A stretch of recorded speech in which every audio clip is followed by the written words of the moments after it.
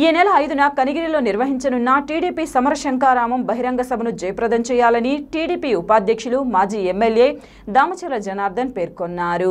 Ongole TDP కార్యాలయంలో నిర్వహించిన నియోజకవర్గ నాయకుల విస్తృత స్థాయి సమావేశంలో ఆయన మాట్లాడారు.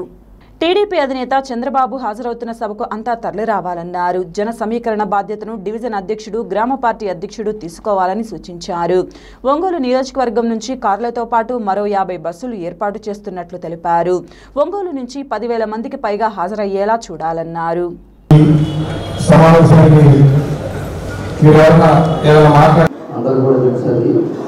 ఎందుకంటే మనకి 25 పార్లమెంట్లో ఒక మీటింగ్ అనేది పెట్టారు. దగ్గర 2 లక్షల మంది ఆ సమావేశం హాజరయ్యేటట్టుగా అన్నీ కూడా మనం చూసుకుంటా ఉన్నారు. నేనంతా కూడా పోయాం, ఆడంతా ప్లేస్ అన్నీ కూడా చూసి వచ్చారు. ప్లేస్ కూడా కనిగిరిలో మంచి ప్లేస్ కానీ 2 లక్షల మంది పైన పెట్టేటట్టుగా దాని డయాస్ కానీ ఏర్పాట్లు కానీ అవన్నీ కూడా చూసుకొని వచ్చాం. ఇప్పుడు మన నియోజకవర్గాల నుంచి 10,000 మంది తగ్గకుండా ఆ కార్యక్రమానికి మన అందరూ కూడా వెళ్ళాలి. ఇదే విధంగా దానికి ట్రాన్స్పోర్ట్ ఎట్లా, దాన్ని ఏ విధంగా వెళ్ళాలి, మళ్ళా మనకి అక్కడ ఏం కావాలి ఏంటనేది కూడా మొత్తం కూడా ఒకసారి మాట్లాడటానికి సమావేశం ఏర్పాటు చేసుకున్నాం. కాబట్టి అదొక అంశము.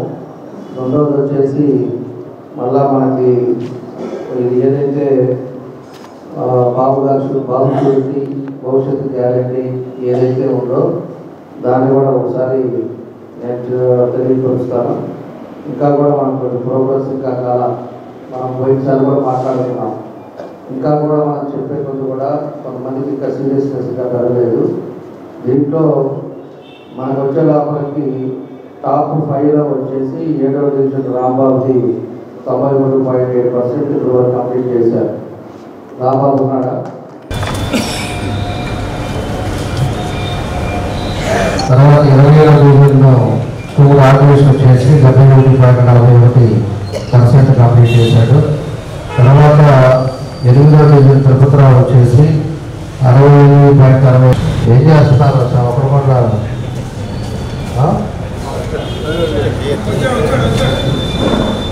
అదే తిరుపతిరావు పోయినసారి అదే పర్సెంట్, ఇప్పుడు అదే పర్సెంట్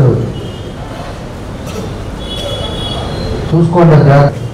మనం లాస్ట్ నుంచి చూసుకుంటే 20వ డివిజన్ ఎడగారు 6.53% వచ్చేసి మారుతిరావు వచ్చాడా? ఏం మారుతిరావు వచ్చాడు. ప్రదీప్ కూడా 4.93% చేశాడు. పవన్ కుమార్ లో నుంచి 5. అదేవిధంగా రూరల్ మండలం వచ్చేసి 75.75% చేశారు. వచ్చారా 64.44 చేశారు. పాతపాలు వచ్చేసి 60.45%. అధ్యక్షుడు ముందు దగ్గర కాన్ఫరెన్స్ పెట్టి అడిగే తగ్గ చేసి అక్కడ పడేయాలి. ఇంత పరిస్థితి తెచ్చుకోకూడదు. వారపాలెం, వనేటివారిపాలెం, ములిచి, చేగెళ్ళ ఈ 4 పంచాయతీలు ఆ మండలంలో వచ్చే లోపల కొత్తపట్నం రామ్ గారు ఉన్నారు. 2 బలగాళ్ళు పక్కన కూర్చొని ఉంటారు. జగ్రీ గారు తెగ నవ్వుకుంటున్నాడు.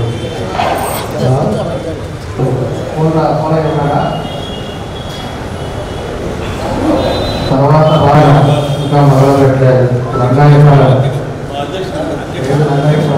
దాంట్లో ఒకసారి టౌన్ ప్రెసిడెంట్ నాగేశ్వరరావు మీ మొదటి అక్కడికే వస్తుంది చెప్పండి సార్.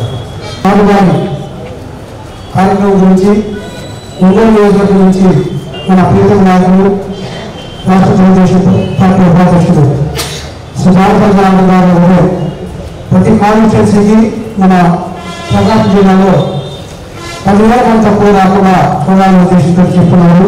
అందులో భాగంగా మన ఒంగోలు కాన్స్టిట్యున్సీకి 10,000 మంది తప్పనిసరిగా అవకాశం వస్తే ఈ సమావేశం ఏర్పాటు జరిగింది.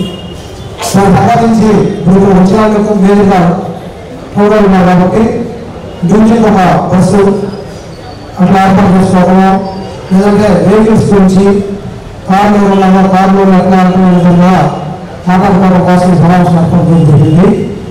ఈ సమావేశం అనంతరం మనం కూర్చొని ఏ రోజులకి ఎట్లా అయిందో చూసుకోవడం, ఏ మార్పులు వస్తున్నాయి, ఇప్పుడు పోయి కావాలని చెప్తున్నాం కదా. తర్వాత ఇప్పుడు మనం ప్రజలు మాట్లాడిన తర్వాత మనందరం ఒకసారి కలిసి మాట్లాడుకొని ఇంట్లో చర్చించుకోవాలనుకుంటున్నాం. బాబు గారి స్కూల్కి కార్యక్రమాన్ని ఏ మాత్రం తాజారం చేయకుండా మీరు మంచి వర్కర్లు, మంచి ఉత్సాహవంతులు, నిజంగా ఒంగోలు నియోజకవర్గంలో ఉన్నంత కార్యకర్తలు కానీ మహిళా కార్యకర్తలు కానీ ముఖ్యంగా చెప్పాలంటే ఇంకెక్కడ కూడా నాకు కనిపించలేదు, చాలా తక్కువ. నేను అనేక నియోజకవర్గాలు తిరిగాను. కాబట్టి అటువంటి దీన్ని మీరు పూర్తి చేసి తప్పకుండా గొప్ప మెజార్టీకి ఒంగోలు నుంచి పునాదులు వేస్తారని నేను కోరుకుంటూ, ఇకపోతే రేపు ప్రారంభోత్సవం ఇది. ప్రకాశం జిల్లాలో మనం తెలుగు మహానాడిని విజయమల్లి కూడా చెప్తున్నాం. ఇంటింటికి వెళ్ళి పుట్టు పెట్టి ఆహ్వానించి ఆ సభను విజయవంత కారకులు 3 వంతుల భాగం మహిళా సోదరులందరూ కూడా చెప్తున్నాను. అలాంటి సూపు మహానాడికి జరిగింది. అలాంటి సూపు ఇప్పుడు మరి కూడా ఈ విజయవంత సభకి మన ఒంగోలు మీద ఉంది. కాబట్టి నిన్ననే మాకు ఇటువంటి సమావేశం ఏర్పాటు చేయమని చెప్పారు. కాబట్టి ఈ రోజు మీ అందరితో చేశాం. తప్పకుండా మీ టార్గెట్లో మీకు వార్డులకు కానీ డివిజన్లకు కానీ ఎన్ని పర్సెంట్ కావాలి, ఏం కావాలి అనేది మీరు ఒక టార్గెట్ చెప్పండి. నాగేశ్వరరావు గారు వీళ్ళందరూ ఉన్నారు ఇక్కడ. చెప్తే మీకు అటువంటి కార్యక్రమాన్ని దిగ్బంధనం చేసుకోవచ్చు. అసలు ఇంటెలిజెన్స్ కూడా వైఫల్యం చెందింది.